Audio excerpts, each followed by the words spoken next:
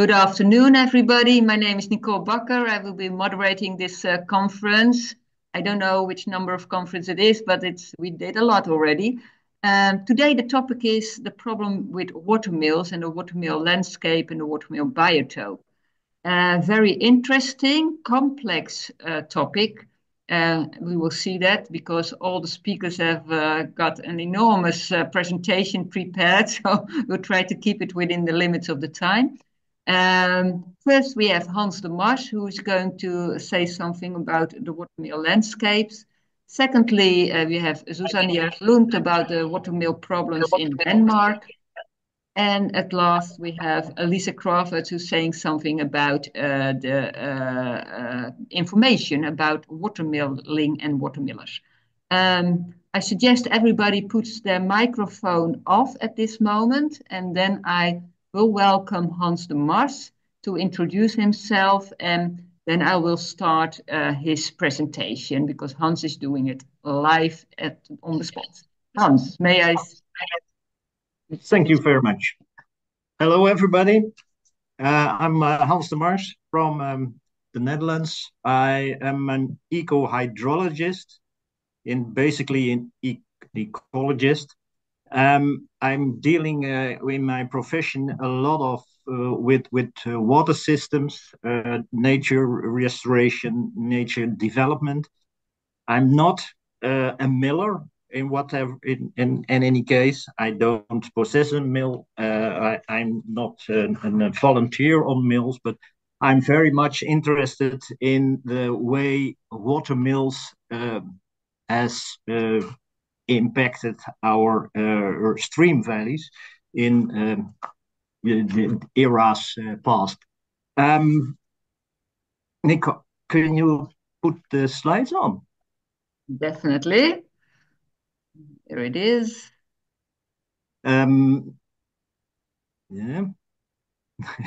It's not the first, I think. Oh, oh. Yeah, I'll go to the first one. First one. Yes, thanks. Excuse. I give you a brief introduction to the watermill landscape, how to define them, and to revaluation of the role in stream valleys, because they have an important part in the development of our stream valleys over the past centuries. Okay, next. What is a watermill landscape? In fact, it is a combination of the watermill, the weirs, mill races, spillways, etc., and additional constructions like building bridges and roads, which are directed towards the watermill, and to some extent also land use related to the watermill nearby. This is usually more or less the watermill biotope. It's quite limited surface area, about 1 to 5 hectares. But this is traditionally the watermill biotope, and is already common ground in the watermill areas.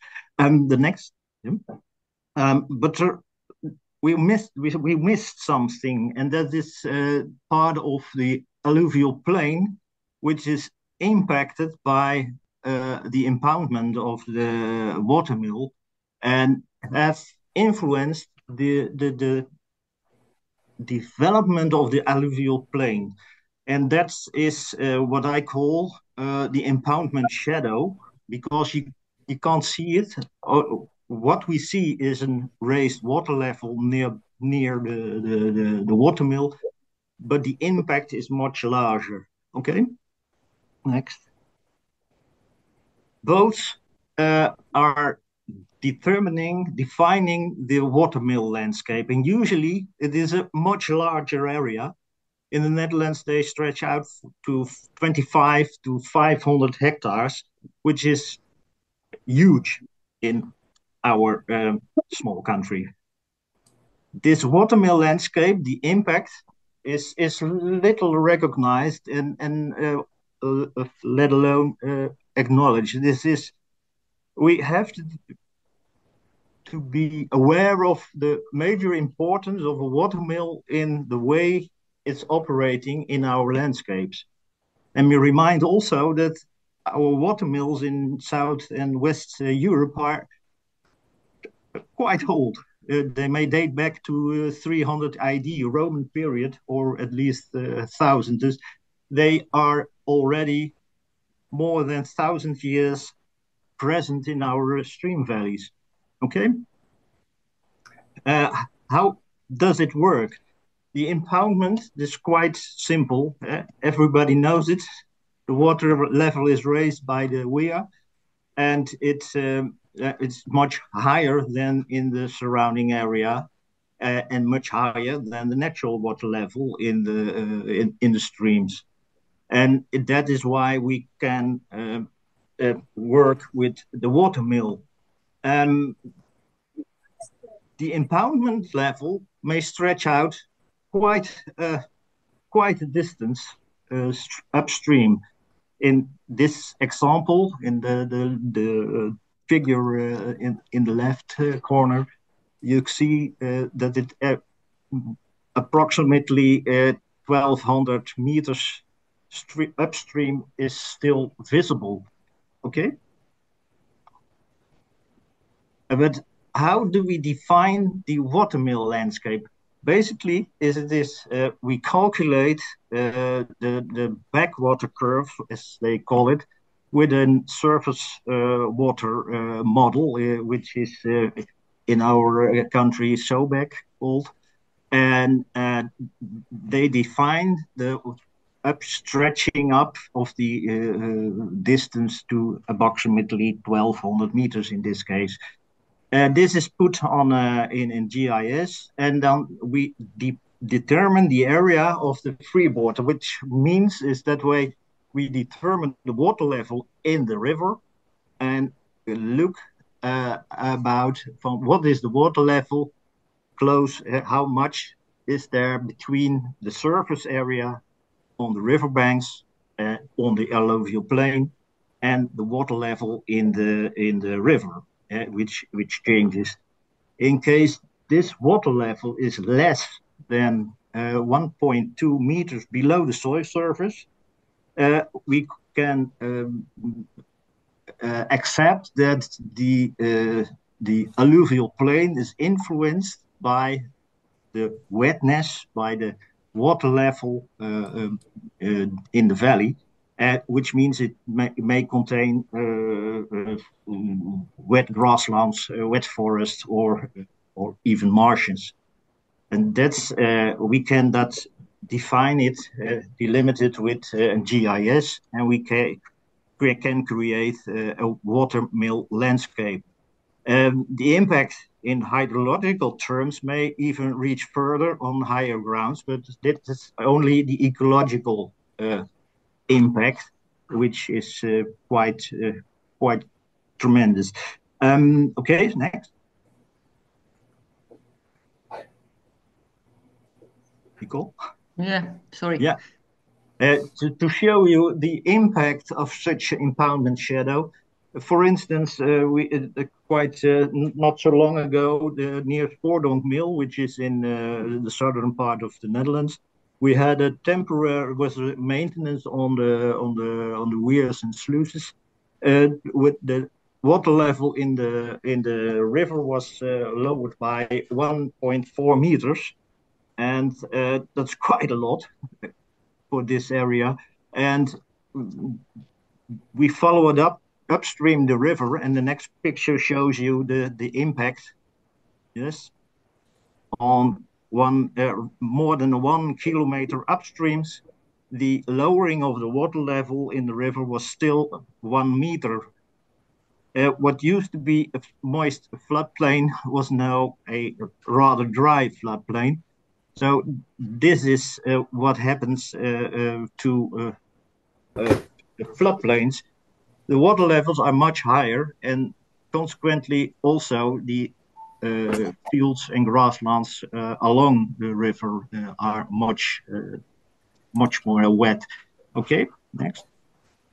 And to show you what that means, here we have an example from the Jeker Valley, which is in Natura 2000, Nature 2000 area in the southern part of the Netherlands, close to the Belgian border, which used to have a sequence of watermills, Lombok, Necum, and Canne, which have an impoundment levels of more than 1.5 meters, up to 2.5 meters.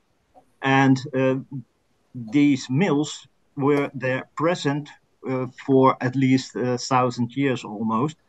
And we see that we modeled the impact of the water mills in this valley.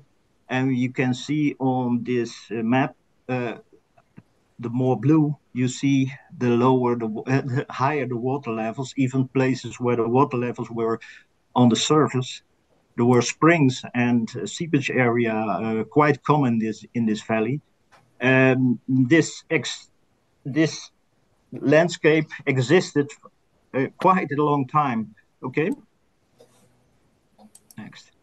But in 1935, the most of the wheels were removed, and the water level in the Jeker dropped quite considerably, of course. And we could model the impact of the drawdown of the water levels on the alluvial plain, which, the fall of the levels was more than 1 meter. Even all the springs and wet meadows were completely vanished. We have only one spring left, the Servatiusbron in the north, but even that spring hardly delivers water anymore. It is quite dry there. For 1,000 years, this valley was wet, but nowadays it is quite dry, and a lot of arable fields are now present in this area, on places where wet meadows were quite normal for many decades and centuries. Okay, so this had a major impact. Um, those watermill landscapes are not uniform. They not only consist of forest, or they consist of grasslands. They have quite a different different view of the landscape. You can distinguish quite two types: nearly natural and some kind what we call semi-natural landscapes. Okay, yes. The nearly natural types are in fact closed and semi-closed landscapes with all the forests, marshes, etc., but no open fields, no grasslands, or very rarely. The maintenance, okay, you come, is none. Only the water level is raised. The impoundment level of the mill determines the wet conditions in these areas, and man doesn't hardly comes there. It is okay.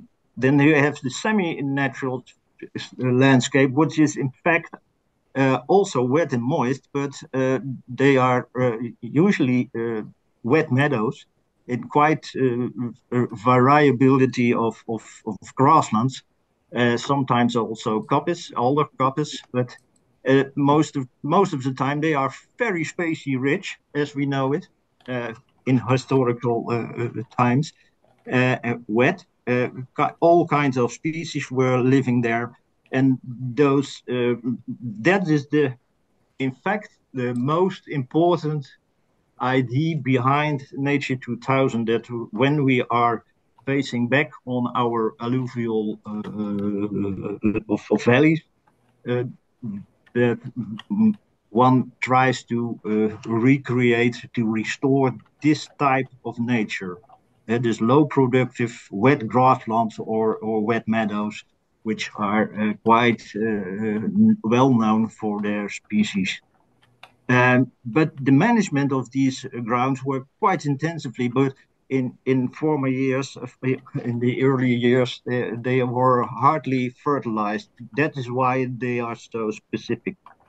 Nowadays, there are a lot of these species-rich valleys are, yeah, reclaimed and lost for wet meadows, etc. Yeah.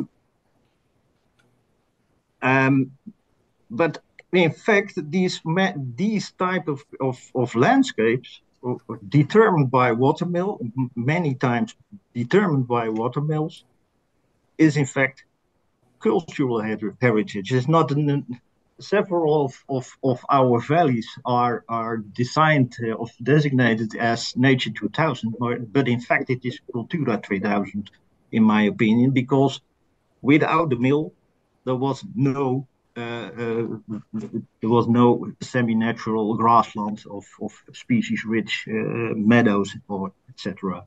Yeah, but they are also this is less visible. The watermills were also landscape builders. I would call it. But what did they do? Okay, you can. What we see is they did the flooding of the floodplain caused the silting up by sedimentation of clay and sand, also nutrients, and stimulated peat forming on the valley in the valleys. Uh, the wet conditions caused, in fact, an raise of the soil surface. Um, the picture to the right is quite complex, but the the most the lowest red line was the surface level in the Dommel Valley around the beginning of the Holocenic period, 10,000 BC. And in the next 9,000 years, the valley floor raised approximately 1.5 meters.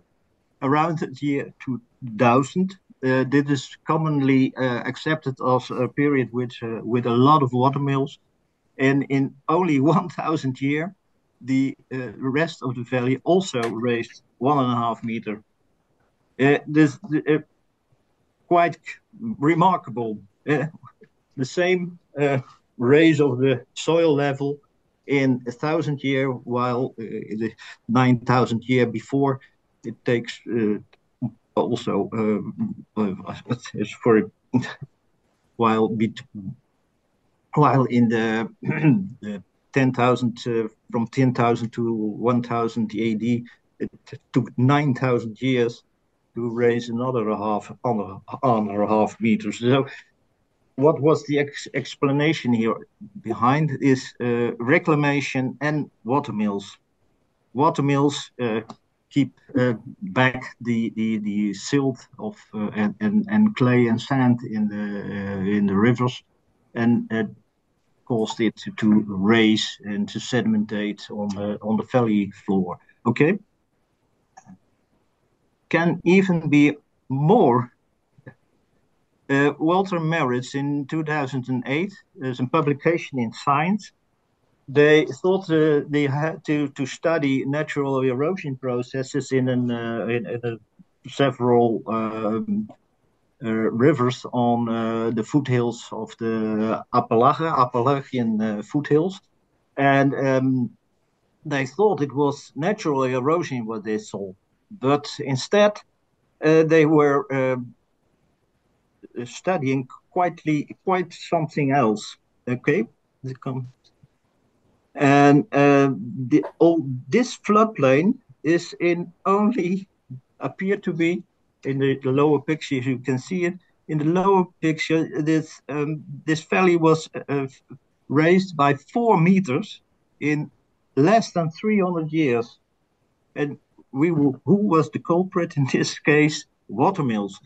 There used to be a lot of watermills in these valleys, and also these watermills retained a lot of erosion material caused by felling of the forest on the riverbanks.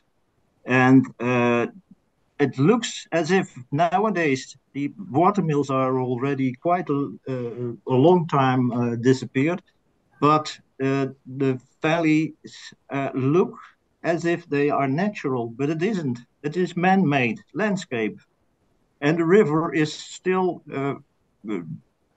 still operating and this. Sorry, click, please.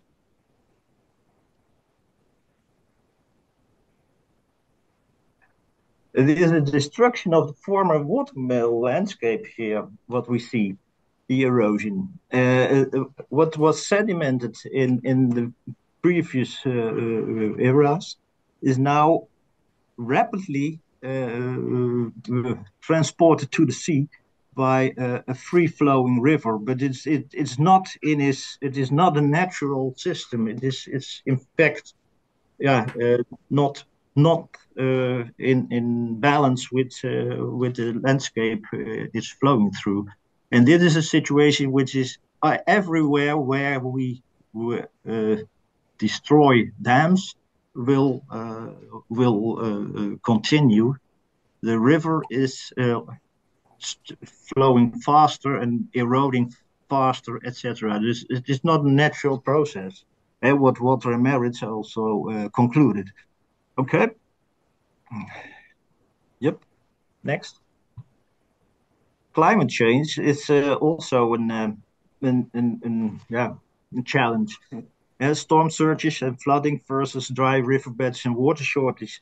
But where the historical structure is still present, at least locally, you can also take advantage of it.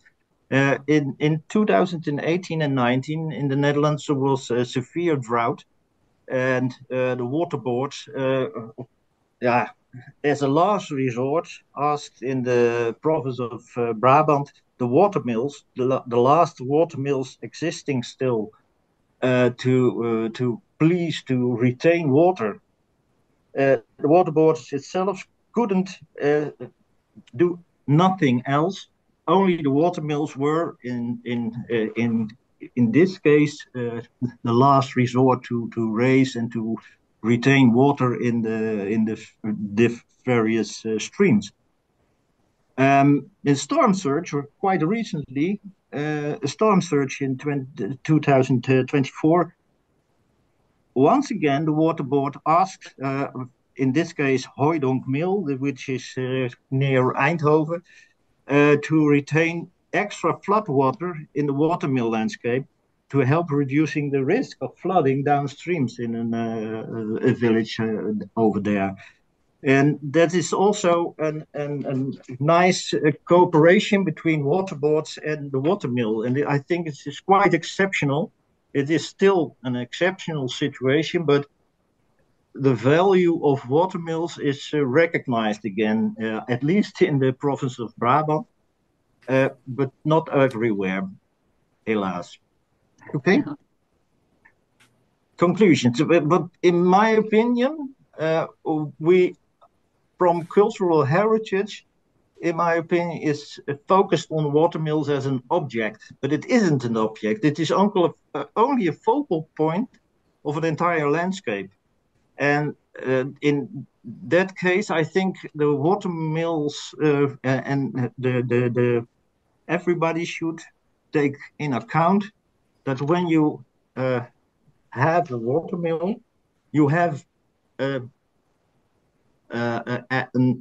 entire landscape behind you. You have you made use of you created, the mill created a valuable landscape, which is also needs to be included.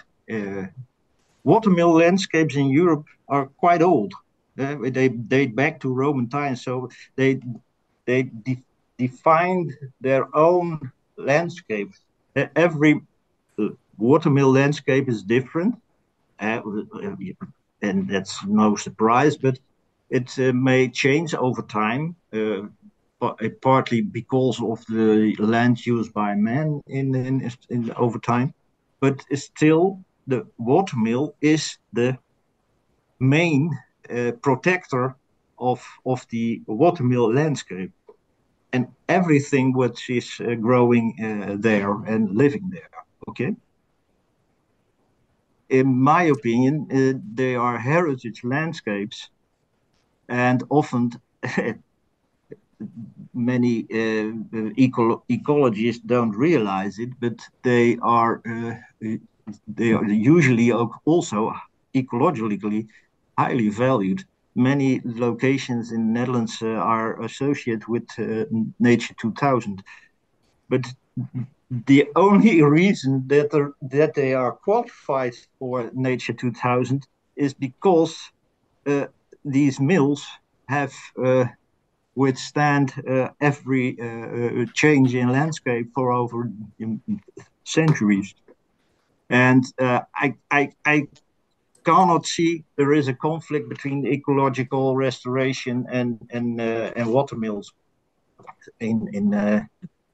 So without the mills, you can't uh, uh, have all those natural values in the valleys. So if you remove the mills or at least the weirs, the eco-hydrological system of the watermill landscape will collapse and you lose a lot. In my opinion, is it also the Water Framework Directive focuses too much on the blue line, the river only, not in the valley, and that's is quite a yeah. I think is there's missing something there. Okay, we should reuse the floodplain and reintroduce floodings. So, and I think also which makes clear is that the situation the last 10 years or so, watermills can help to cope with the impact of climate change. It's not the solution, but it may help. You can use them again to realize to avoid problems. Yeah, this is, and I urge everybody which see connection to nature conservation organizations like which are yeah, maintaining and protecting landscapes. Uh, Watermill is not an object. Watermills are a landscape. Thank you very much. Okay, thank you very much, Hans. This is a very good introduction, a short introduction to the immense problems with we have to deal with watermills and watermill landscapes. And I think it's a very true point that a watermill is much more than the building itself. It's a complete landscape and a complete area around it. I think we should take some time for a few questions. After the presentations, we have some more time for discussions, but maybe somebody has a very specific question for Hans. Please raise your hand and open your mic. Yeah, I think Willy Moors. I see Willy. Please say your name and from your mail and then ask what the question. Hello, my name is Willy Moors and I live and work at the Schouwsmolen in Ittervoort in the south of the Netherlands. Hans, we did talk about landscapes in the past. When I talk to people from the water board here in the south, even the ecologists, they say just the opposite. They say watermills deepen the blue line, and they don't like that. Do they have to hear your or take notion of your message, or is there why this controversy? Yeah, this is also my I don't understand why they have so much problems with that, with watermills, because they I think they are in some point they are correct, because when you remove a dam, the water system is changing. But in fact, the watermill upstreams of your mill won't deepen. They're raising the water level. However, downstream were also mills in your situation, and they have been removed. They don't really function anymore. So the river is what I as showed at Dommel Valley and in America. Uh, they are uh, changing because the flow is free again below of your mill, and so the landscape, the watermill landscape below, is eroding away, and that is what you see. Okay. What is happening? That's so it's not a sustainable situation anymore. Yeah. And you must recognize those mills were there from about 1200, I assume. So the landscape is over 800, 900 years sedimented up and changed a lot. And now the river is searching for a new balance in the valley, and is eroding away all the sediments he put downstream from your mill, but in the watermill landscape, which is no longer a watermill landscape. Okay, thank you, Hans, for this answer for Willy. I think we have time for one more question at this moment. Is there somebody? I see Bill Starling. Bill, yeah, please open your microphone. Yeah. Yes. It's a comment rather than a question. I'm in England, and there's quite a lot of talk about reintroducing beavers in parts of England, and some of the benefits that they are attributing to beavers are exactly what we've just been hearing about as landscape benefits from the watermill to the floodplain and the general environment. And I just think it's a very interesting connection between introducing beavers and what you've been telling us about watermills. Thanks. Yeah, I agree with that. I think even the idea of damming the river is it's once was the beaver. Yeah. Yeah. So they can But both the water contribute. boards in the Netherlands are quite against the beavers because they are an obstruction in the river for free swimming fish. It's always fish which is problematic. Okay, thank you, Hans. Well, we can discuss a bit more later on, but now I will proceed with the video of the presentation of Susan Jervlund from Denmark. I will try if it works. I hope Elisa can say something about, then we turn around the program and Elisa can say something about the watermiller education and information. And Elisa, I hope you are prepared to do this live too.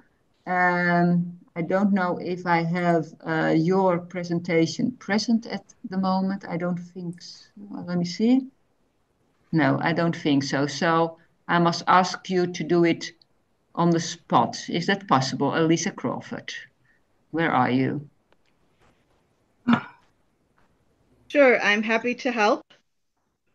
Let me just grab my book and we will do it live, and it'll be a great time. So just a second.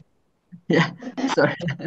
I think it's wonderful that the people in this community are so flexible and are willing to join. Elisa, Are we ready? please. Yeah. Okay. So I'm holding up a book for you to see, and this is the handbook of the water miller course in the Netherlands to train millers to run water mills. It's wonderfully thick, and it's all in Dutch. But I have some very nice news for all of you who may not have Dutch as your first language, that information is now available in English. And that is thanks to the Gilde van Molenaars, or the Guild of Millers. I'm going to hold up their logo there. There we are. And it is available on their website. that you can easily find on Guild of Millers, and you can download this handbook. And so the area that I want to direct your attention to is chapter 9, because there's an entire section on talking about the landscape and the biotope of watermills. So I'm going to hold up a few visuals for you, just so you get a sense and idea of what is available. The most important part that I want to emphasize of sharing this information is that as a mill community around the world, this gives us an opportunity to work with common language, because dealing with landscapes and watermill biotopes is an issue for all of us in whatever country we're in. And if we can start to understand it in a very common way and use common language to describe it when we're working with neighboring organizations, I think that's extremely helpful. So in the chapter that I'm referring to, it also has some wonderful diagrams that you're able to take a look at to be able to understand. It also has excellent definitions for what a landscape is. And Hans already gave us some very good definitions. Thank you. But it will provide you, as I said, with some good language to be able to use to describe when you're talking with other organizations that maybe you need to cooperate with, whether it's a water board or wildlife conservation organization. So I see that someone is curious about the link, and maybe Nicole, you could help me with that. Or John, if you're able to maybe put in the chat. I'll find that. It's the link for the Guild of Millers, or Gilde van Molenaars. And then if you go under Opleidingen, you'll find the section of the handbooks. And then at the very bottom of the page for the Watermill handbook, there will be a link to click, and it says English version. And if you click that, you'll be able to download the handbook in English. And again, I'm really proud of the Guild of Millers and also the Dutch Mill Society for taking on this project of translating this very important book of information into English. So please take advantage of this if you're in other countries and English is a good language for you to use, because you too can benefit from everything that's in the handbook. Okay. Thank you, Elisa. Thank you very much for this introduction to a very good handbook. I know it's perfect, and I'm very glad it's in English too now. I will ask Susanna if you're here, because now we have two choices. John has downloaded your video. Javelund, and I'm the chairman of the Danish Millers Organization, Dansk Møllerforening. And I'm very delighted to have been asked to tell about the Water Framework Directive and watermills in Denmark. My agenda is that I will tell about land use and water body in Denmark, the water plans, authorities, jurisdiction, and watermills in Denmark, and the future for watermills. And I'll just have to say to you that I'm not a professional worker with mills. I'm a volunteer, and I've been working with this subject for 10 to 15 years, though. When we talk about this problem with watermills, everybody see this ideal picture of a nice watermill in the landscape. So they ask, why is it difficult to find a good solution? Can't the watermillers and the fish people just don't share the water? And I'll try to discuss this in this paper. In Denmark, it actually seriously started about 40 years ago. It started with a case about the dead lobsters, because there were some fishermen who fished they discovered there was oxygen depletion in the sea around Denmark.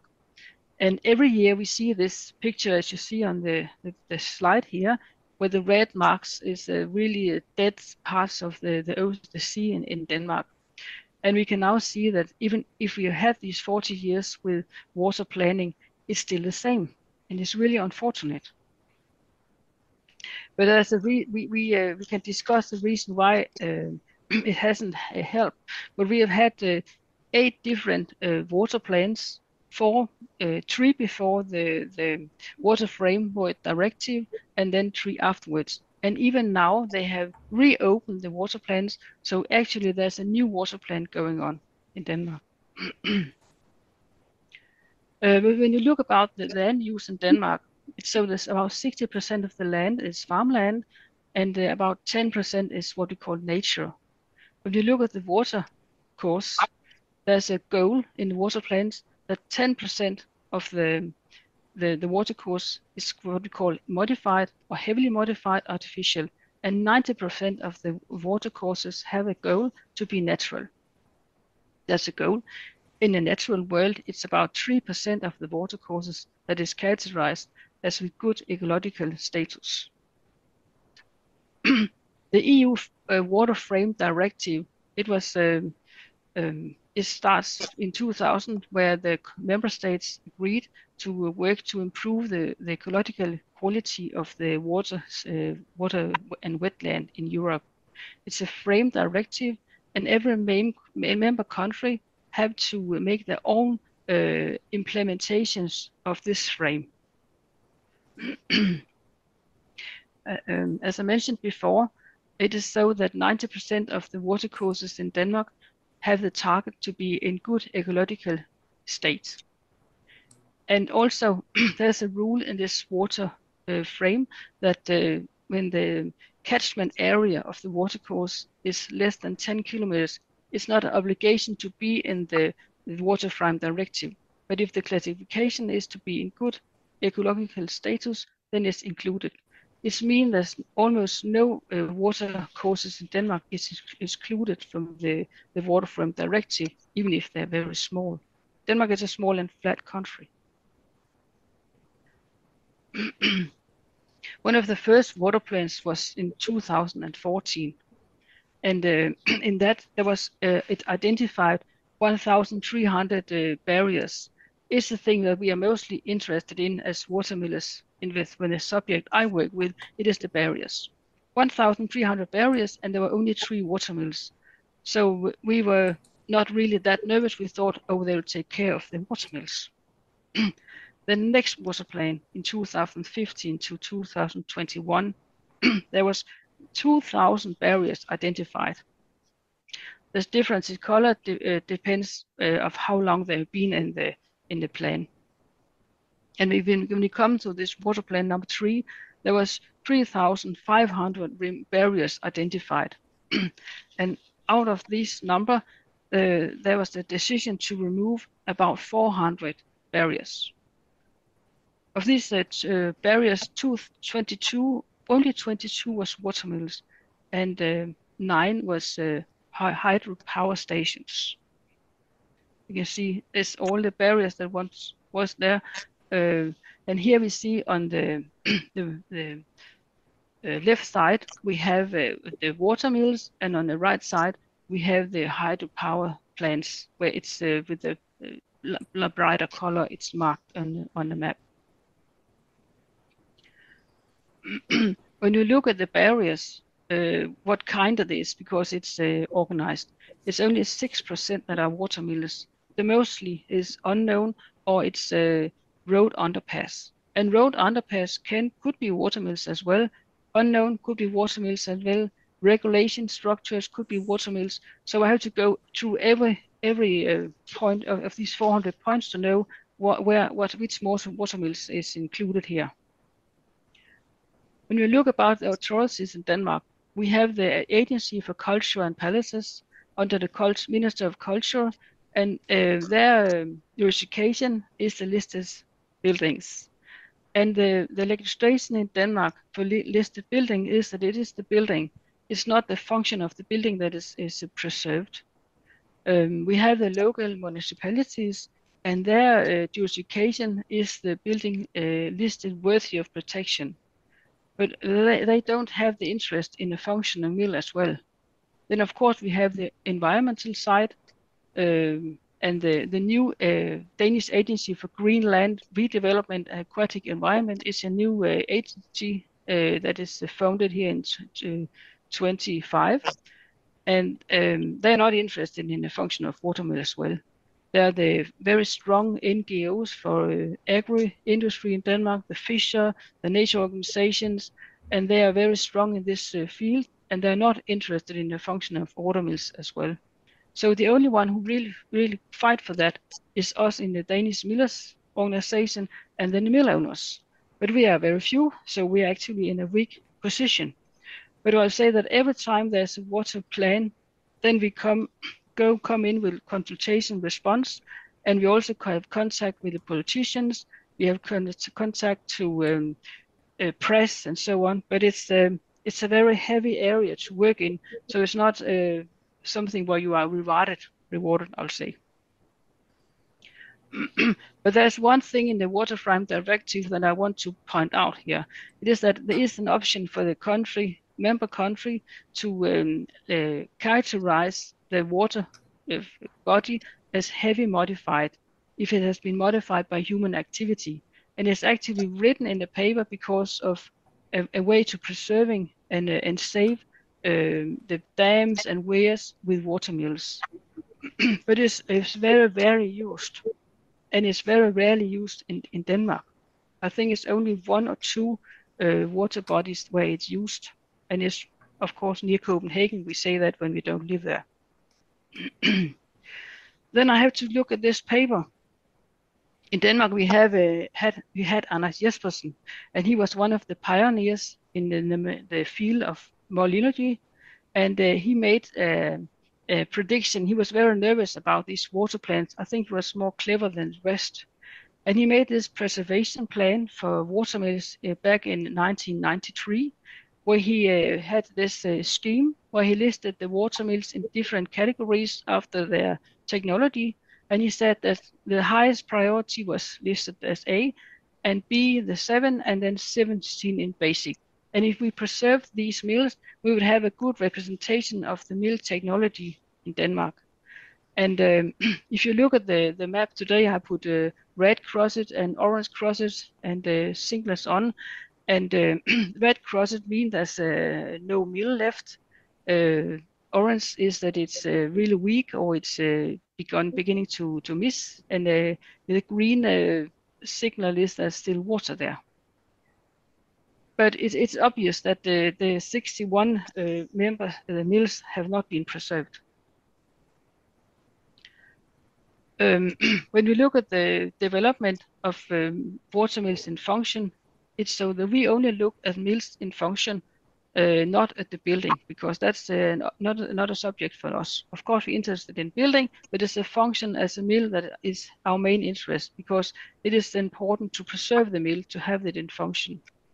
But it's the development. When you see the green is the mills in function, and the red is the mill that are not in function anymore. So it can be that the interior has been removed, it has been changed to living home for someone. It's also nice. It can be changed to an office or something else. But the development is in a rapid state, going the wrong direction. We have some examples here. It's a mill in Jutland called Watermill. It's an old mill that dates back to the 14th century, and it's a very beautiful mill with 2 big water wheels. And it had new wheels in 2010, and at the same time there was made this aquatic fauna passage. But then the municipality and fisher organizations didn't think that there was good enough passage for the fish. So it's an option for the municipality to reduce the permission to extract water. It is so in Denmark that the permission to extract water for a watermill is legally the same as if you extract water for irrigating the fields.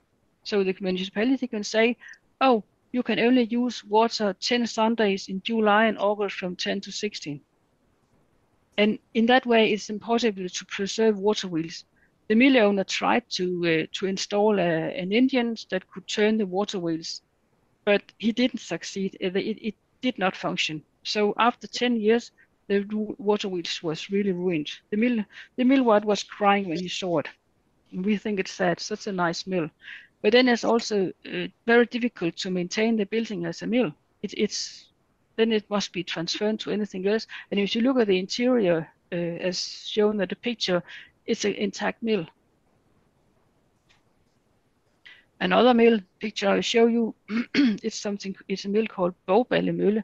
It was a very nice mill that was for electricity, and the mill pond was intact, and there was a water course around the building in a very special way. But if you look at the picture, the mill pond was just simply digged away, and the water course was just put beside the building. So also that mill it will never be able to get in function again. There's another example here. It's new. It's a mill also in Jutland that the municipality has been worked on for many, many years. They've just been waiting for the mill owner to get ill and be tired of the situation. So now they are starting a project where they're making this bypass of the water. And the price is 2.3 million euro. And we think it's a lot of money to use. For a slightly sum, they could have preserved the mill, but that was not the interest. But we are really scared when we look at the rest of the mills, because if you can use so much money at one mill, then there is no limit. Okay. When we look at the water mills, and it is only the listed buildings, then we have 57 listed mill buildings in Denmark. And it means it is under the Agency for Culture and Palaces jurisdiction. 21, there are no mill. It's just a building. It could be a theater, it could be an office, it could be anything else. 11 has no function. There's maybe no water. If you look at the intact mill, there are only 7. And of this, then we have 9 that is now taken out in the water plan number 3, where there's a high risk that they will be deplete the water. And then we have a small group of mills that it's a 7. It could be mills that is with a larger water courses where there's a lot of water. So they have this bypass, but they also have water to function. So all in all, it's not all the water mills that are listed. That's why this subject is so difficult, because something is listed and some are not listed, but maybe there could be a mill anyway. We say we have 7 that remains untouched, where we have intact mill and intact water flow, and then 7 mills in high quality that we are fighting for now in this water plan 3 number 2. And we have 6 in function with aquatic fauna passage, as there's a lot of water, so it's okay. And then we have 4 with reduced or almost no function. And then we have 9 mills in open light museums, but there's only 4 that could possibly in function of these mills. Here in the end, I have a little word for the future for mills. Also in Denmark, we think it's a sad situation with the water mills. Maybe we end up to have 5 water mills in open light museums, and then we have 7 water mills in function in the open landscape, original landscape. And I will pay a tribute to Via Molina, because I think it's a very, very important project to have the visibility and focus on water mills and mills in general in Europe, because I think it's an important part of our heritage, and people are very happy to visit mills and understand it when we talk about them, but we still have to make a bigger effort to tell about the mills. And then in the end, I also think that we should tell about the possibility to point out the water courses that heavily modified, and also tell about there's different way to make these aquatic fauna passages. I know that in the Netherlands there's the possibility called fish lift. We have also tried to implement or tell about that in Denmark, but it has really been turned down by the Minister of Environment. They don't want to talk about it. But I think it's to tell the EU politicians that this is a way to lose cultural heritage of great importance in Europe, and I think it's a shame. We could use the money to preserve our heritage instead of doing the opposite. Thank you very much.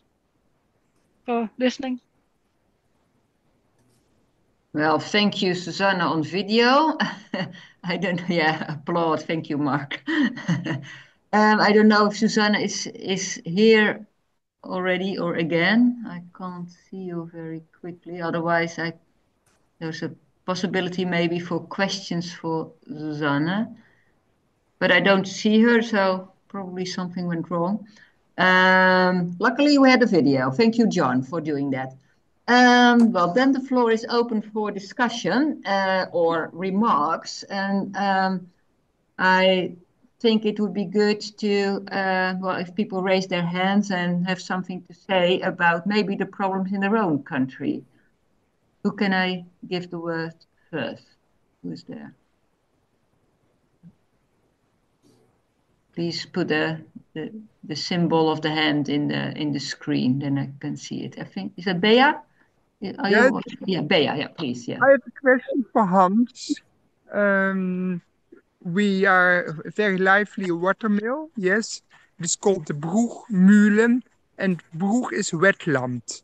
Now, the last owner was more farmer as a watermiller. Yes, so he had a lot of cows walking in the wetland. Yes, in the Scottish cows. Yes, and now we are just discussing to renaturalize the land in the upper stream. Yes, and our idea is to dig out some ponds because the mill pond was at former time much larger as it has been now, and we just want to make extra ponds in the landscape. But hearing your idea about hiring the land, that is, land getting to the watermill higher and higher, yes.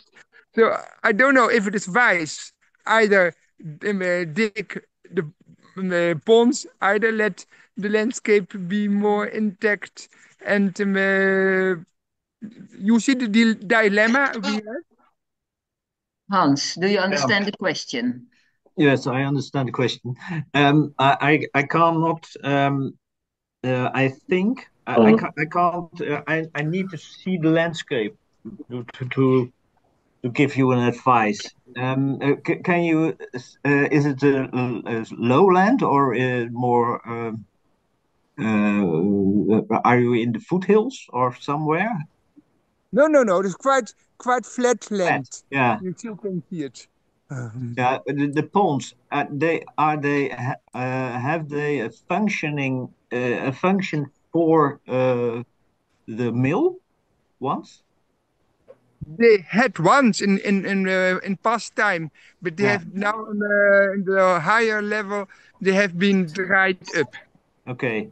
Yeah, because if there is a water a stream with enough capacity, you don't need a pond, I think. No, the stream, the pond is exactly for storage of the water. Yes. Yeah. The water wheel is running 24 hours to create electricity. But if we want to grind corn, adding to it, we are taking the spare water from the water pond. Oh. Yeah. Okay. But it is not a necessity, the pond. No, we can just manage the mill without those extra. Yeah, okay. So the question is why digging extra ponds? Because you don't need them for the functioning of the mill. No, but because in former times it has been wetland. Yeah. Broegmühle is a wetland, yes. Yeah. And now in our time it has been dried up, the wetland. Yeah. So the question is really if you want to go back to the old days and what is the cultural value of the land around it. I think it's a very specific question, Bea. Yeah.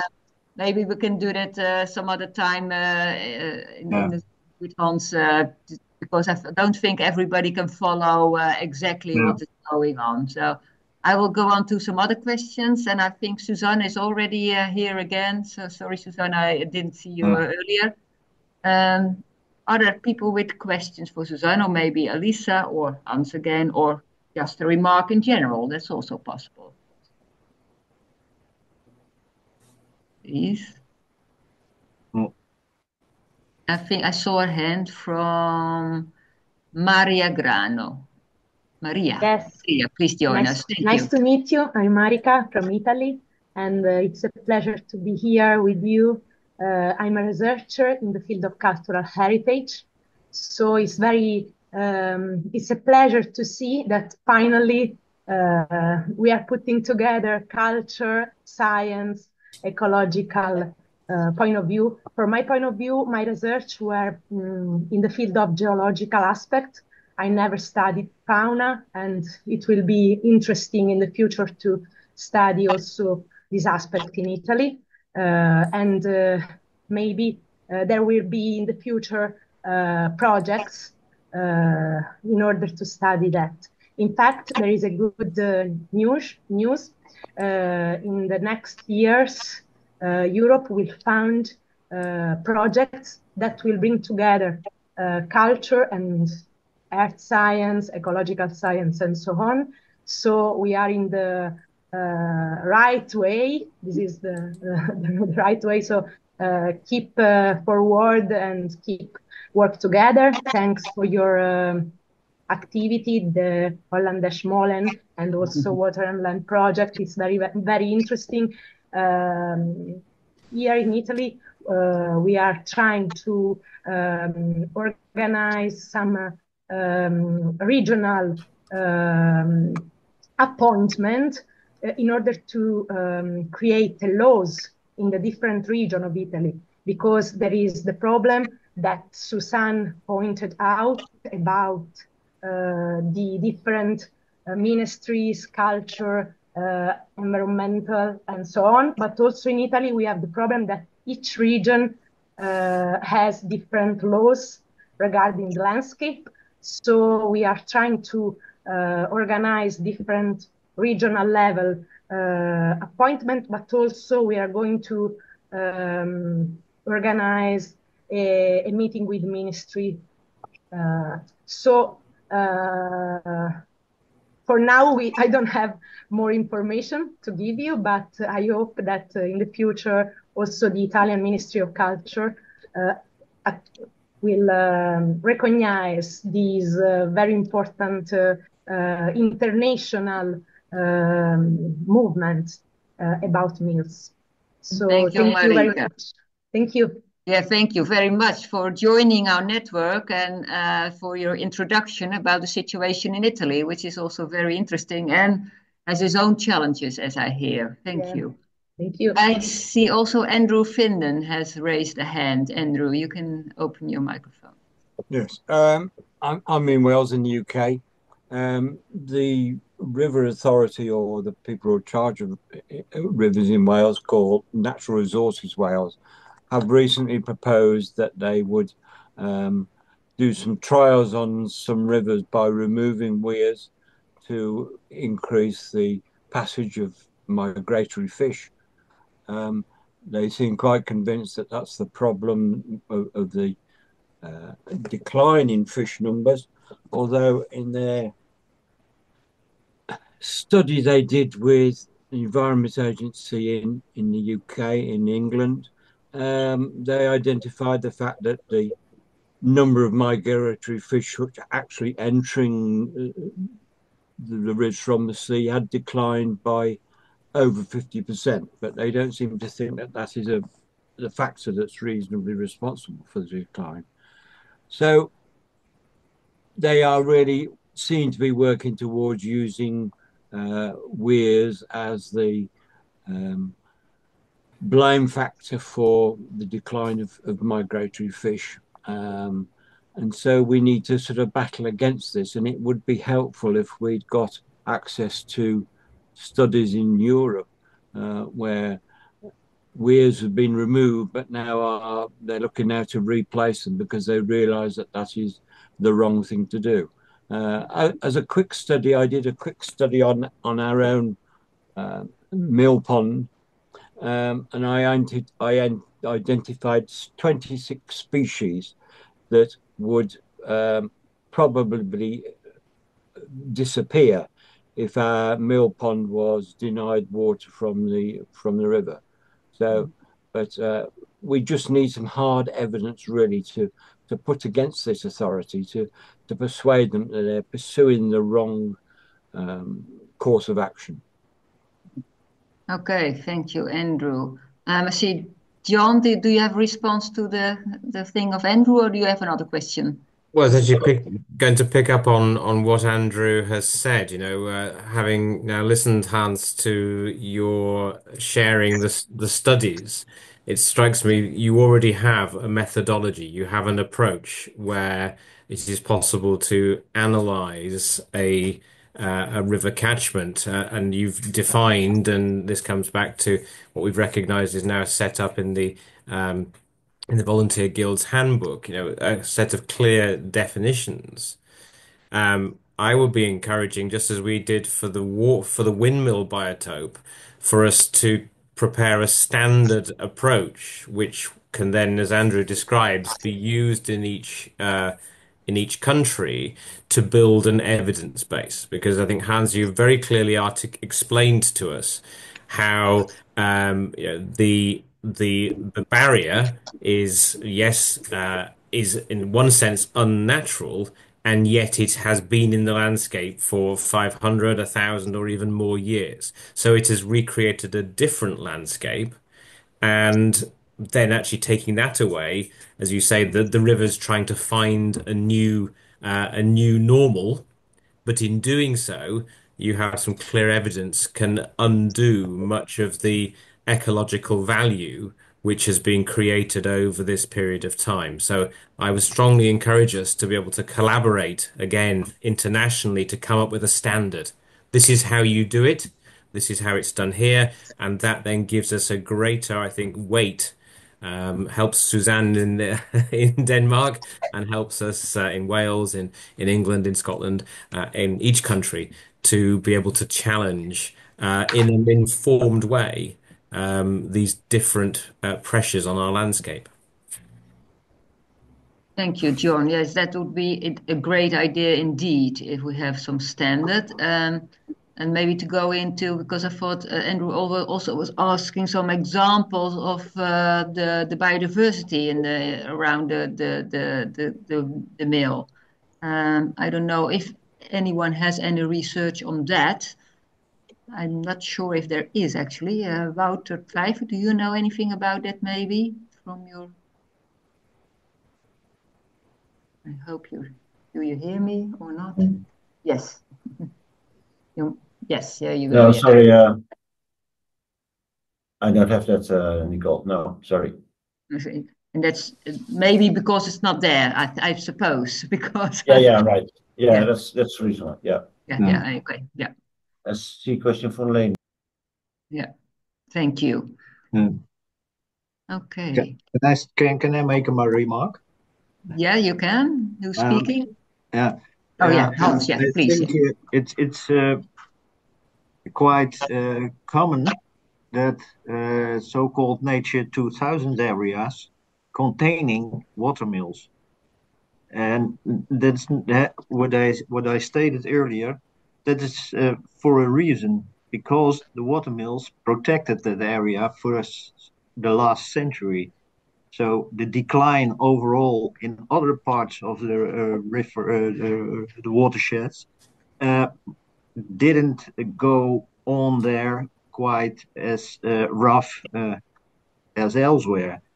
And that's the reason why they designed as Nature 2000 areas, which in fact is the confirmation of the high value of the area. There cannot be a conflict with Nature 2000 and watermills. It is, in fact, the designation as Nature 2000 area already confirmed the value of the watermill, because they confirmed the watermill landscape. In fact, yeah, with all, and that's I think I don't know in the Netherlands it's of several cases in northern part from Belgium also there are quite a lot nature reserves designed along water courses which are filled with watermills. Yeah, but I think we can conclude that it's not a focus for how do you call them, water agencies or government departments, that watermills have that role and have that function and are a value in itself, and the landscape, and they're necessary to preserve the landscape around. Yes. I think there is, for me, it was also an eye-opener that that those mills, because of their long existence, has such an enormous impact on the natural development, between brackets, but in the natural development, the ecological development of that of those areas, and it's important to stress that also to organizations which know, at least it took me several years to realize that it is not an object. And the most governments always think it is an object.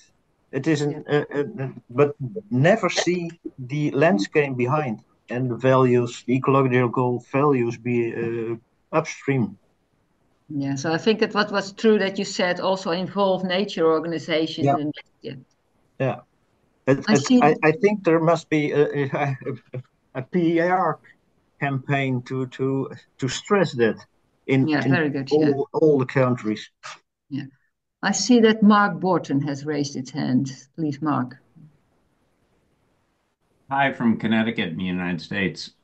I've been researching the ancient mills here in Connecticut, also in Maine and in Nova Scotia. And one of the things that's very clear is that the mills modified the aquatic environment, but the industrial filling of the marshlands is what has destroyed the environment. The extent of it is just mind-boggling as you look at the ancient maps and modern maps. And that's hard to reverse. But that's really the culprit here, where it's killing the habitats, killing the nursery for the fisheries. Okay, yeah, thank you for your contribution. And great you're joining from the States as well. I think also Leni Tears has raised her hand. Tyers, I don't know how to pronounce it, sorry. Leni. Tears, gewoon, Leni Tears. Yeah, I'm from Belgium, but from the north of Belgium, so from Flanders. We had the same, like the European legislation about the barriers and that the watermills would be a barrier. So we had this fight started also about 25 years ago when I was not yet working for the government. So I worked for the Flemish government for the preservation of heritage, so protected listed watermills.